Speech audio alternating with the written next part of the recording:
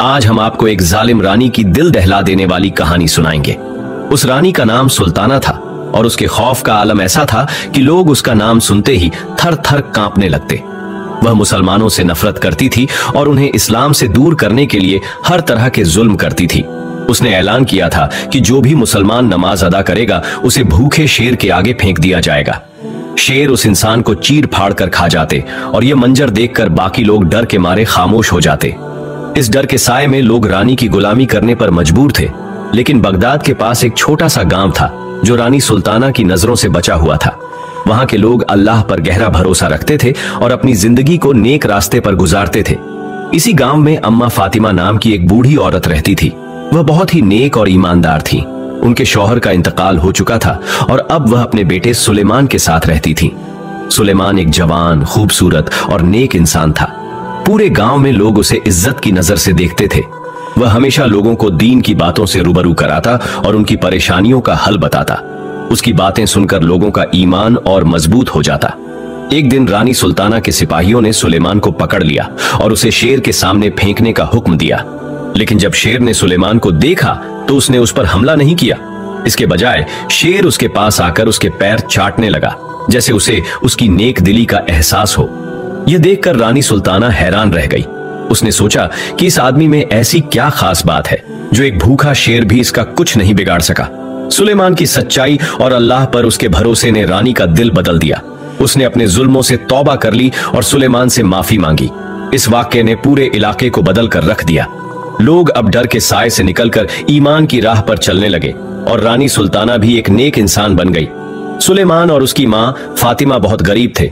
उनके पास थोड़ी सी जमीन थी जिस पर वह खेती करते थे। फातिमा ने कुछ बकरियां पाल रखी थीं, जिन्हें वह हर सुबह फजर की नमाज के बाद चराने ले जाती थीं। बकरियों का दूध बेचकर वह अपना गुजारा करती थीं।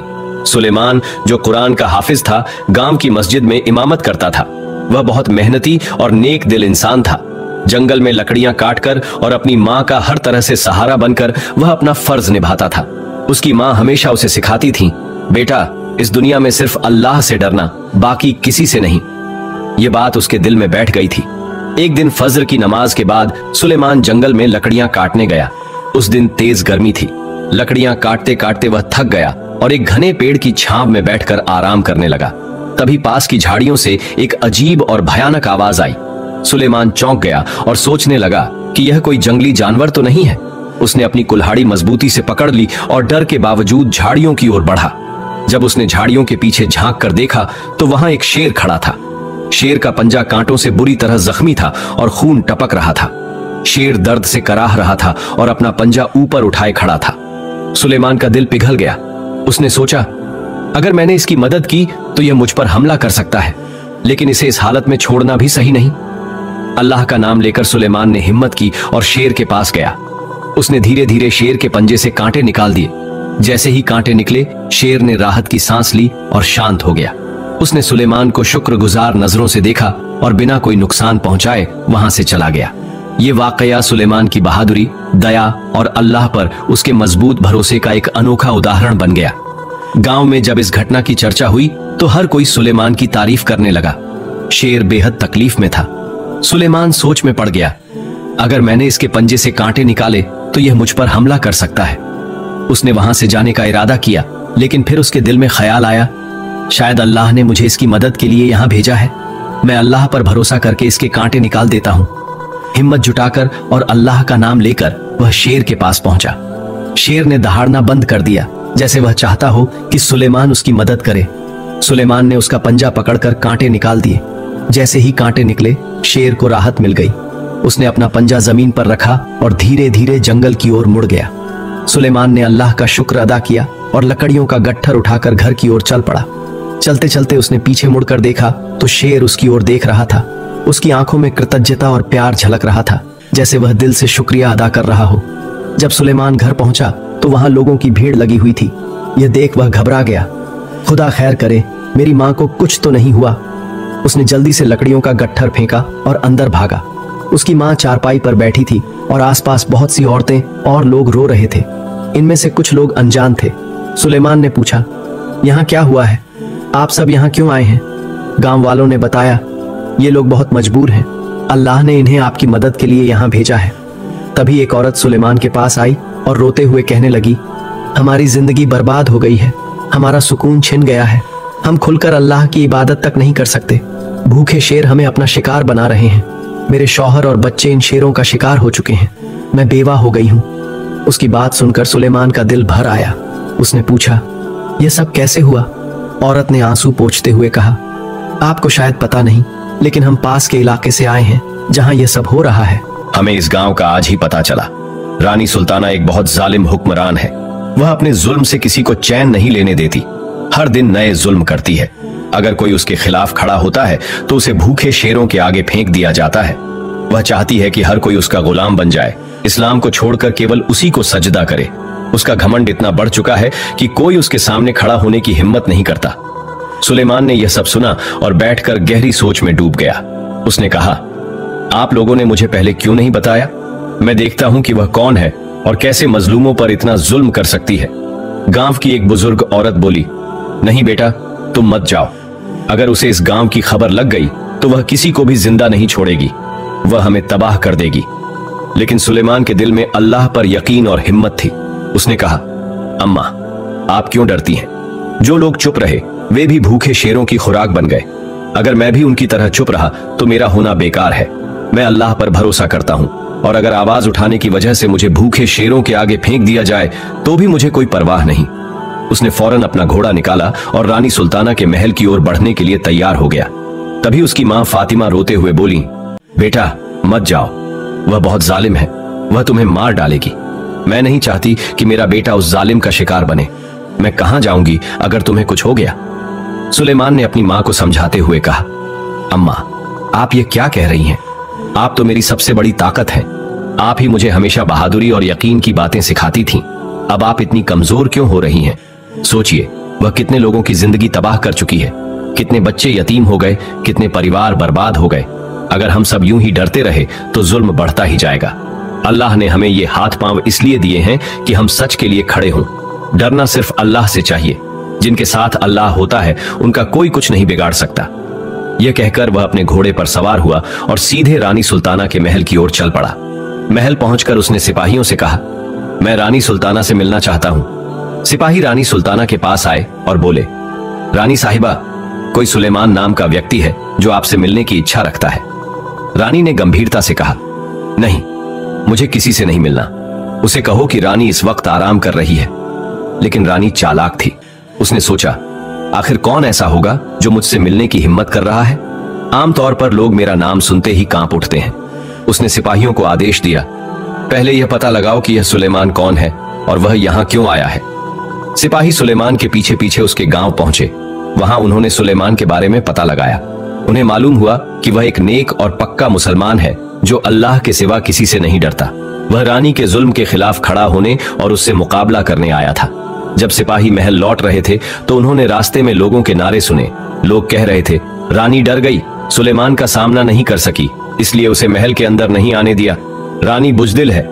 इन बातों से गुस्से में भरे सिपाही तुरंत रानी के पास पहुंचे और कहा, रानी साहिबा, बगावत हो गई है। लोग अब आपका डर मानने को तैयार नहीं।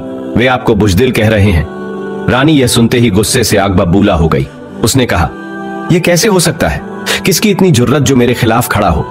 आज तक किसी ने मेरी बात पर ऊंची आवाज तक नहीं उठाई।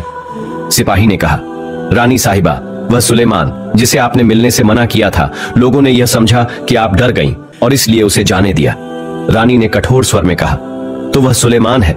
जाओ, उसे गिरफ्तार करके मेरे सामने लाओ। मैं देखना चाहती हूं कि आखिर किस में इतनी हिम्मत है कि मेरे खिलाफ खड़ा हो सके। रानी के आदेश पर सिपाही तुरंत सुलेमान को पकड़ने के लिए रवाना हो गए। उसी समय सुलेमान गांव में मगरिब की नमाज के लिए जमात करा रहा था। सिपाही आए और उसके घर जाकर बोले, ऐ बूढ़ी औरत, तेरा बेटा कहां है? अम्मा फातिमा ने पूछा, तुम कौन हो? सब ठीक तो है ना? सिपाही बोले, हम रानी सुल्ताना के सिपाही हैं। तुम्हारे बेटे ने बड़ी गलती की है। रानी के सामने खड़ा हो गया। उसे रानी की ताकत का एहसास नहीं है। अब देखो आज तुम्हारे बेटे का क्या हाल होता है।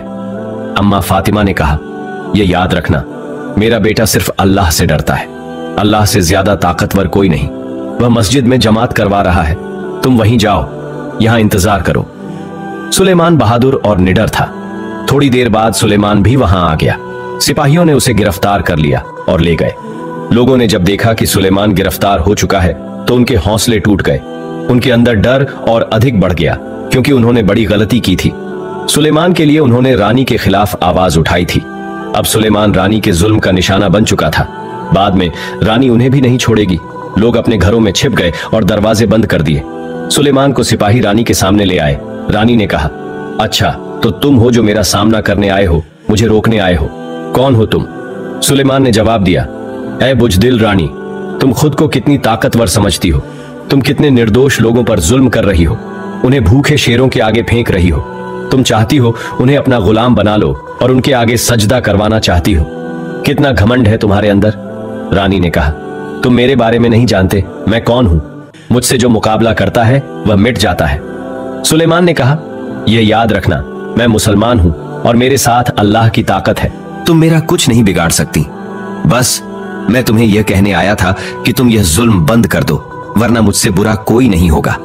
मुझे पहले नहीं पता था, लेकिन अब मैं अपनी आंखों से यह जुल्म नहीं देख सकता। रानी गुस्से से लाल हो गई, क्योंकि आज तक किसी ने उसके साथ इस लहजे में बात नहीं की थी। रानी ने कहा, अच्छा तो तुम मेरा मुकाबला करोगे, तुम अपने होश में आओ। सुलेमान ने कहा, ठीक है, मैं एक शर्त रखता हूं, तुम्हें मेरी बात माननी होगी। जो मैं कहूंगा तुम उसे मानोगी। रानी ने कहा, ठीक है, तुम्हें मेरे सिपाही से लड़ना होगा। अगर तुम उनसे जीत जाओ तो मैं तुम्हारी बात मान लूंगी, और अगर तुम हार जाओ तो तुम भी उन भूखे शेरों का शिकार बन जाओगे। वहां खड़े सिपाही भी हैरान थे कि रानी ने आज तक किसी के साथ इस तरह का सामना नहीं किया था। रानी समझ चुकी थी कि सुलेमान कोई साधारण व्यक्ति नहीं था। 2 ताकतवर सिपाहियों को मैदान में लाया गया और सुलेमान से उनकी लड़ाई करवाई गई। अल्लाह की मदद से सुलेमान ने दोनों सिपाहियों को एक झटके में ही धराशायी कर दिया और उनकी हालत गंभीर हो गई। रानी जब यह देख रही थी कि यह नौजवान बहुत ताकतवर है, तो समझ गई कि सुलेमान के अंदर सिर्फ शारीरिक शक्ति नहीं थी, बल्कि उसकी ईमान की ताकत भी अनगिनत थी। जब रानी ने अपनी हार स्वीकार की तो गुस्से में उसने आदेश दिया, इसको तुरंत शेर के पिंजरे में डाल दो। सिपाही उसे पकड़कर ले जाने लगे, लेकिन रानी ने कहा, रुको, इसे अलग पिंजरे में बंद करो। मैं चाहती हूं कि उसकी मौत एक उदाहरण बने, ताकि हर कोई समझ जाए कि मेरे खिलाफ लड़ने का अंजाम क्या होगा। सिपाहियों ने पूरे इलाके में ऐलान कर दिया कि कल दोपहर को महल के सामने के मैदान में सुलेमान को शेर का शिकार बनाया जाएगा। ये मंजर उसकी मां फातिमा को भी देखना पड़ेगा और उन लोगों को भी जो उसे बहादुर मानते थे। रानी अपनी आंखों से देखना चाहती थी कि कैसे लोगों के दिल उसके खिलाफ भर गए हैं। अम्मा फातिमा ने यह सुना तो उसकी आंखों से आंसू छलक पड़े।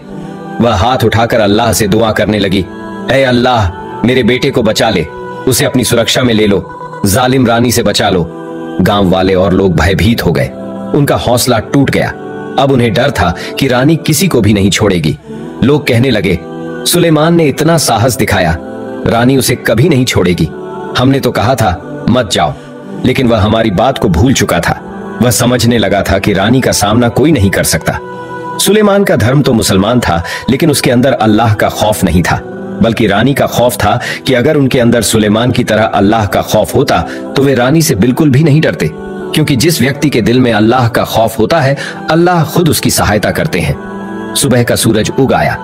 अम्मा फातिमा ने नमाज अदा की और दुआ की, ऐ मेरे परवरदिगार, मेरे बेटे की इज्जत रख ले, उसे अपनी ईमान में रखना।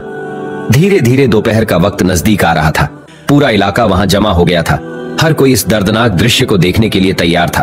उनकी आंखों में आंसू थे, लेकिन रानी को हैरानी इस बात पर थी कि सुलेमान के चेहरे पर कोई डर नहीं था। रानी ने पूछा, क्या हुआ, तुम डरते नहीं हो? ये शेर तुम्हें जिंदा नहीं छोड़ेगा। आज तक इन शेरों ने किसी को सलामत नहीं छोड़ा। फिर रानी ने सिपाहियों से कहा, यह शेर कितने दिनों से भूखा है? रानी, साहिबा, ये 3 दिन के भूखे हैं, सिपाही ने उत्तर दिया। रानी बहुत खुश हुई और वहीं बैठ गई। उसने कहा, शेरों का पिंजरा लाओ और सुलेमान को भी लाओ। यह दृश्य हर कोई देख रहा था। रानी यही दिखाना चाहती थी कि कोई रानी का मुकाबला नहीं कर सकता। अगर उसके खिलाफ कोई आवाज उठाता है तो उसका अंजाम बहुत बुरा होता है। सुलेमान के हाथ पांव बंधे थे, लेकिन उसके चेहरे पर कोई डर नहीं था। इसी बीच उस भूखे शेर का पिंजरा खोला गया जो दहाड़ रहा था। लोग डर गए। हाय अल्लाह, जो मंजर अब होने वाला है वह खुदा ना दिखाए। शेर भागता हुआ सुलेमान के पास आया। जैसे ही वह करीब आया, उसने उसे खाने की कोशिश की, लेकिन करीब आते ही उसने सुलेमान को सूंघना शुरू कर दिया। कुछ देर बाद वह उसे चाटने लगा और उसके चारों ओर चक्कर काटने लगा। ये देखकर वहां खड़े लोग दंग रह गए। उनके चेहरे का रंग सफेद पड़ गया। रानी भी गुस्से से चीख पड़ी, क्या यह शेर भूखा नहीं था? इसे खा क्यों नहीं रहा? रानी साहिबा 3 दिन से भूखा है, जंगल से पकड़कर लाए हैं। जंगली शेर तो किसी को नहीं छोड़ते। हम खुद हैरान हैं कि यह उसे क्यों नहीं खा रहा है। रानी हैरान थी और कुछ समझ नहीं पा रही थी कि यह कैसे संभव हो गया। लेकिन अम्मा फातिमा मुस्कुरा रही थी। उसे विश्वास था कि अल्लाह की मदद वहां पहुंच चुकी है। शेर कुछ भी नहीं बिगाड़ सकता था। इस बीच रानी ने आदेश दिया कि दूसरा शेर लाया जाए और वह शेर भी भूखा था। लोग फिर से डर गए कि शायद एक शेर उन्हें खा जाएगा, लेकिन दूसरा शेर उसे नहीं छोड़ेगा। यह रानी का वही शेर था जो पहले भी कई लोगों को खा चुका था। उसे इंसान का मांस खाने में कोई संकोच नहीं था। लोगों को पता था कि यह शेर एक पल भी नहीं लगाएगा किसी को खाने में। जैसे ही उस शेर को छोड़ा गया, वह तेजी से सुलेमान के पास गया। उसके ऊपर जाकर उसने उसका मुंह चाटना शुरू कर दिया। यह दृश्य देखकर रानी हैरान रह गई। उसके पैरों तले जमीन खिसक गई। यह कैसे हो सकता है? एक शेर की बात समझ में आती है, लेकिन यह तो मेरा अपना था। यह कैसे उसे नहीं खा रहा? वह शेर भी दूसरे शेर के पास जाकर बैठ गया। उसने कहा, सुलेमान को छोड़ दो। रानी गुस्से में बोली, क्या हुआ? यह कैसे हो गया? शेर तुम्हें क्यों नहीं खा रहा? बताओ मुझे। सुलेमान ने कहा, पहले तो मुझे शक था, लेकिन अब यकीन हो चुका है कि तुम वाकई बहुत भोली हो। तुम्हें समझ नहीं आ रहा कि अल्लाह की मदद आ चुकी है। तभी वह शेर अपना एक पंजा उठाता है और उसकी गोद में रख देता है। दरअसल यह वही शेर था जिसका सुलेमान ने पंजे से कांटा निकाला था। यह अपना एहसान चुका रहा था। वह पहचान गया कि यह वही व्यक्ति है जिसने उसकी मदद की थी। इस बीच सुलेमान की आंखों से आंसू छलक आए, क्योंकि वह भी उस शेर को पहचान चुका था। उसने कहा, मैं उस दिन जंगल में गया था। ये जो पहला शेर है, इसके पांव में कांटा चुभा था। मैं लकड़ियां काट रहा था, तभी उसकी आवाज सुनाई दी। मैंने सिर उठाया और देखा, उसने पंजा उठाया था। खून उसके पंजे से टपक रहा था। मैंने वह कांटा निकाल दिया और वह जंगल में चला गया। ये उसी एहसान का बदला चुका रहा है। रानी ने कहा, अच्छा तो फिर दूसरे शेर ने तुम्हें क्यों नहीं खाया? सुलेमान ने कहा, यह अल्लाह की मदद है। तुम फिर नहीं समझ रही हो। लोग जो डर चुके थे, उनका विश्वास कमजोर हो चुका था। उनके हौसले टूट चुके थे। सुलेमान उनसे मुखातिब हुआ और कहा, ऐ लोगों, ये जान लो कि जिसके दिल में अल्लाह का खौफ हो, वह कभी हार नहीं सकता। तुम लोगों के अंदर अल्लाह का खौफ नहीं था। रानी का खौफ तुम्हारे दिल में आ गया था, जिसने तुम्हारे हौसले और विश्वास को कमजोर कर दिया। इसलिए तुम लोग डर गए थे और मुकाबला नहीं कर सके। अल्लाह का खौफ जो दिल में हो, वह कभी हार नहीं मानता और कोई भी ताकत उसे हावी नहीं कर सकती, क्योंकि अल्लाह उसके साथ होता है। रानी इस दौरान कहने लगी, ऐसा नहीं हो सकता। उसी समय रानी के सिपाही और उसके समर्थक सभी लोग कलमा पढ़ चुके थे। अपनी आंखों से अल्लाह की मदद का चमत्कार देखकर वे मुसलमान हो गए और एक साथ नारा लगाने लगे, रानी झूठी है, रानी झूठी है, रानी सुल्ताना। उसी समय रानी अपनी हार देख रही थी। वह रो रही थी कि अब क्या होगा। रानी समझ चुकी थी कि अब उसका समय आ गया है। इस जुल्म ने उसे अपनी पूरी जिंदगी में घसीटा है और आज उसका बदला लिया जाएगा। आखिरकार वह घुटनों के बल बैठ गई। सुलेमान के सामने घुटने टेक दी और कहने लगी, मुझे माफ कर दो। मैं इस्लाम कबूल करती हूं। मैं अपने सभी गुनाहों की तौबा करती हूं। मुझे कुछ मत करो, मुझे आजाद कर दो। मैं भूल गई थी कि दौलत और ताकत का नशा मुझे अंधा बना चुका था। मैं खुद को बहुत ताकतवर समझने लगी थी, लेकिन अब क्या हो सकता है। वह मक्कार रानी अपनी ही चाल में फंस चुकी थी। अब उसका समय आ चुका था। अल्लाह ताला ने सुलेमान को एक माध्यम बनाकर भेजा। सुलेमान ने कहा, नहीं नहीं, इतनी जल्दी कैसे तुम्हें आजाद किया जा सकता है? तुमने बहुत जुल्म किए हैं। बहुत से बच्चे अपने पिता के साए से महरूम हो चुके हैं। बहुत सी ऐसी औरतें हैं जिनके पति और बेटे चले गए हैं। वे माएं ये मंजर देखने के लिए आ चुकी हैं और वे रो रही हैं। तुमने उनके आंसुओं की कोई कद्र नहीं की, तो तुम कैसे सही सलामत जा सकती हो? यह तुम्हारी सबसे बड़ी गलतफहमी होगी। ये वही लोग तय करेंगे जिनके साथ तुमने जुल्म किया है कि तुम्हारा अंजाम क्या होना चाहिए। उसी समय सुलेमान ने पूछा, तुम क्या कहते हो? उसे कौन सी सजा दी जाए? और सभी ने कहा, इसको शेरों के सामने लाया जाए, क्योंकि इसने हमारे साथ वही जुल्म किया है। हम अपनी आंखों के सामने इसके टुकड़े टुकड़े होते देखना चाहते हैं। तब रानी ने भीख मांगनी शुरू की, लेकिन उसका अत्याचार बहुत बढ़ चुका था। अल्लाह उन लोगों को माफ नहीं करता जिन्होंने हद से ज्यादा जुल्म किया हो। उसी समय रानी को शेरों के सामने फेंका गया। शेरों ने एक पल में उसे खा लिया। वहां मौजूद लोग अल्लाह का शुक्र अदा करने लगे। पूरा इलाका अब मुसलमान हो चुका था। ईमान की बहादुरी ने उनके पूरे क्षेत्र को एक नई जिंदगी दे दी। जुल्म उनसे दूर हो गया। जिनके दिल में ईमान और अल्लाह का खौफ था, भले ही वह अकेला हो, फिर भी अगर उसके सामने 1000 दुश्मन हो तो अल्लाह उसे कामयाबी जरूर देता है। रानी का वजीर भी कहने लगा, सुलेमान, तुमने हमारी आंखें खोल दी, हमें भी इस सजा के हकदार होना चाहिए। सुलेमान ने जवाब दिया, नहीं नहीं, तुम सब भी रानी के गुलाम थे। उसके खौफ ने तुम लोगों को इतना डराया कि तुम यह भूल गए कि तुम क्या कर रहे थे। वजीर ने कहा, हम आपको इस इलाके का बादशाह नियुक्त करते हैं, आप यहां हुकूमत करने के काबिल हैं, क्या किसी को इसका विरोध है? लोग बोले, हमें क्या आपत्ति होगी, उसने हमारी जिंदगी में एक नई रोशनी डाली है। वह ईमान की रोशनी, अल्लाह के डर की शक्ति, जिसने हमारे हौसलों को नई ऊंचाइयों पर पहुंचाया। हर कोई सुलेमान को दुआएं दे रहा था, क्योंकि अल्लाह ने उसे इतनी इज्जत बख्शी थी कि वह इस पूरे इलाके का बादशाह बन गया।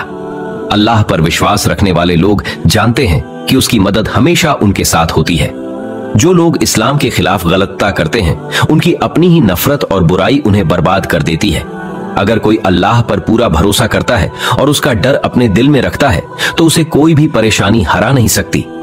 सुलेमान का ईमान और उसकी नेक दिली ने इस पूरे इलाके को रानी सुल्ताना के अत्याचार से आजाद कर दिया।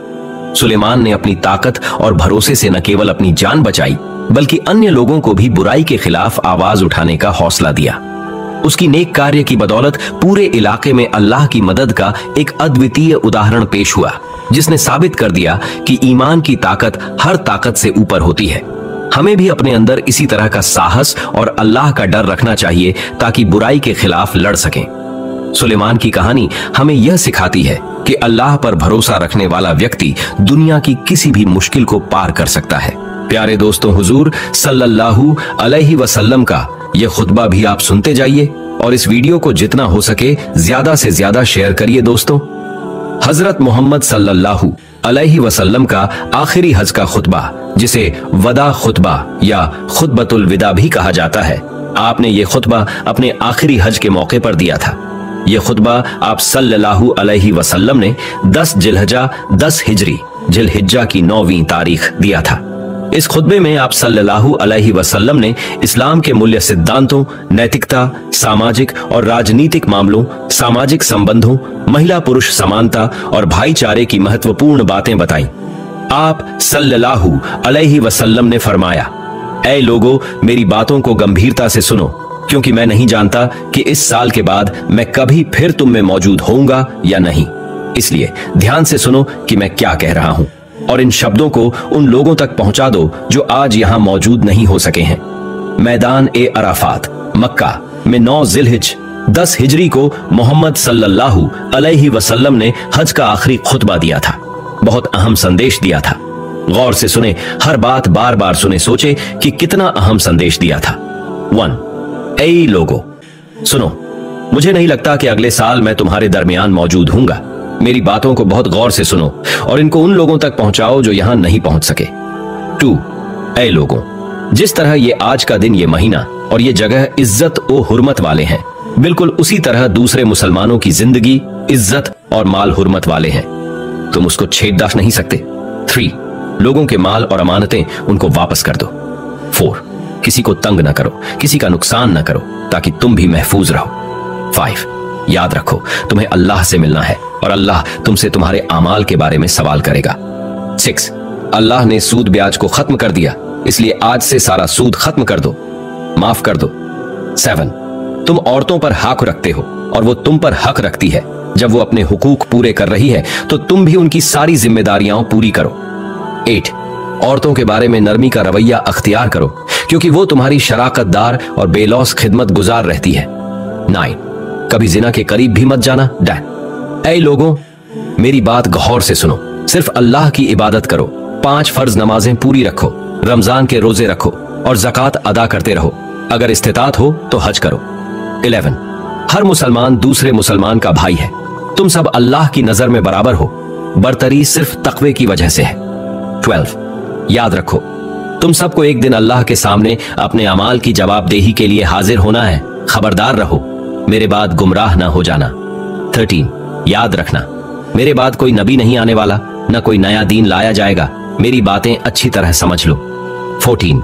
मैं तुम्हारे लिए दो चीजें छोड़ के जा रहा हूं, कुरान और मेरी सुन्नत। अगर तुमने उनकी पैरवी की तो कभी गुमराह नहीं होंगे।